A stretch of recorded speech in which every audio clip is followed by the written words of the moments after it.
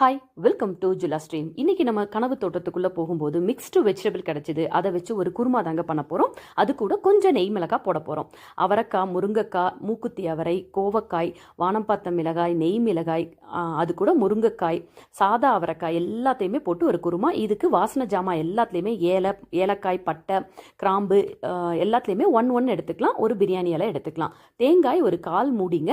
அது கூட நம்ம முந்திரி ஒரு 5-6, கசகசா ஒரு 1/2 டீஸ்பூன், சோம்பு ஒரு 1/2 டீஸ்பூன், சின்ன வெங்காயம் ஒரு 5-6, இதை ஒரு பேஸ்ட் அரைச்சி வச்சுக்கலாம். இப்போ 3 டேபிள் ஸ்பூன் ஆயில் விட்டு அதில் வாசனை ஜாமான் எல்லாமே போட்டுட்டு பெரிய வெங்காயம் வதக்கிட்டு 2 தக்காளி அதையும் லைட்டாக வதக்கிட்டு கோவக்காய், பாதி நெய் மிளகாய், காந்தாரி மிளகாய் 3 போட்டிருக்கேன். நீங்கள் உங்கள்கிட்ட எதுவுமே இல்லைன்னா பச்சை மிளகாய் 2 போட்டுக்குங்க. ஃபஸ்ட்டு இந்த கோவக்காயை லைட்டாக வதக்கி கொடுத்துடலாம். அதுக்கப்புறம் எல்லா காயும் ஒன்றா போட்டுக்கலாம். கத்திரிக்காய் நம்ம தோட்டத்தில் உள்ளது, பட் உருளைக்கிழங்கு மட்டும் கடையில் வாங்கினது.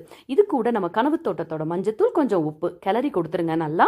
அதுக்கப்புறம் இதில் நம்ம மசாலா, நம்ம குழம்பு மிளகாத்தூள் 2 table spoon, chilli powder 1 teaspoon போட்டுக்கலாம். இதையும் நல்லா கிளறிட்டு தேங்காய் அரைச்ச பேஸ்ட்டை நம்ம இதில் சேர்த்துக்கலாம். இது சாப்பாட்டுக்கும் நல்லா இருக்கும். அதே நேரத்தில் இட்லி, தோசை, சப்பாத்தி, இடியப்பத்துக்குமே செம சூப்பராக இருக்குங்க. கண்டிப்பாக இதை ட்ரை பண்ணி பாருங்கள். சிம்பிளாகவும் இந்த குருமா செஞ்சிடலாம். இது எல்லாத்தையும் வதக்கிட்டு தேவையான தண்ணி விட்டு உப்பு பார்த்துக்குங்க. குக்கரை மூடி ஒரே ஒரு விசில் மட்டும் எடுத்தோம்னா நம்மளோட சூப்பரான குருமா ரெடிங்க. கொஞ்சம் கொத்தமல்லி மட்டும் தூவிக்குங்க.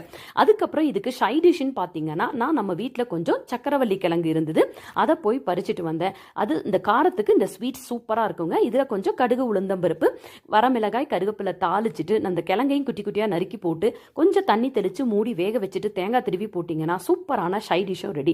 கண்டிப்பாக இந்த குருமாவை ட்ரை பண்ணிவிட்டு எப்படி இருந்ததுன்னு சொல்லுங்கள். தேங்க்யூ.